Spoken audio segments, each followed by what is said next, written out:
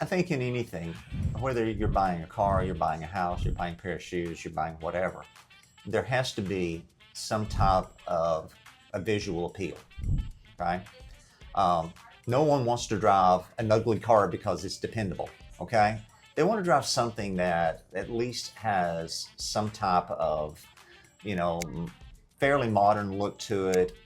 Also, too, we identify with our cars. So our cars kind of are not a status symbol, but they kind of, if you look at history, that car kind of is part of our personality of who we are and where we are in our life.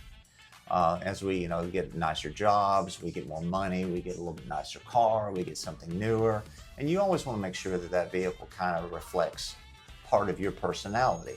So I think the visual appeal is a green flag because if it's visually appealing to you, yes, you're going to at least want to make the payments on it. I've had a car I hated, and I hated making the payments on that, and I immediately traded it and got something I liked. The car that my wife had was a little Subaru, and I absolutely hated the car. She was at work one day. I took the car for service and actually drove by a dealership and traded that car for a Nissan 300ZX twin turbo, and absolutely loved that car. I literally grinned like an idiot every time I made the payment because it was absolutely my dream car. She loved the car. The problem was I couldn't keep it under 100 miles an hour, and she made me get rid of it because she said, "You're going to die in this thing."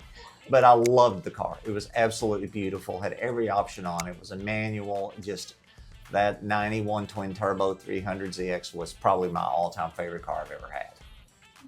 That's a nice story. Thank you for sharing. Gage, what do you think? Buying a nice looking car, green flag or red flag? Absolutely a green flag. I'm the same way. I go for the looks of the vehicle.